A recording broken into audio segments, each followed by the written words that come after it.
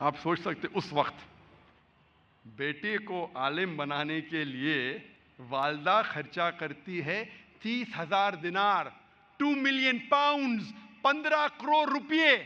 आज कौन सा मुसलमान अपने बेटे को आलिम बनाने के लिए 15 करोड़ रुपया खर्चा करने को तैयार है? हाँ, डॉक्टर बनाने के लिए नो प्रॉब्लम, डोनेशन देंगे, रिश्वत देंगे, 10 लाख, 15 लाख, 20 लाख, 50 लाख, 1 करोड़। डॉक्टर अमेरिका भेजने के लिए, मेरा बेटा अमेरिका में पढ़ रहा है, 2 करोड़ खर्चा करेंगे, 3 करोड़ खर्चा करेंगे। क्यों? बेटा अमेरिका में पढ़ रहा है, स्टेटस।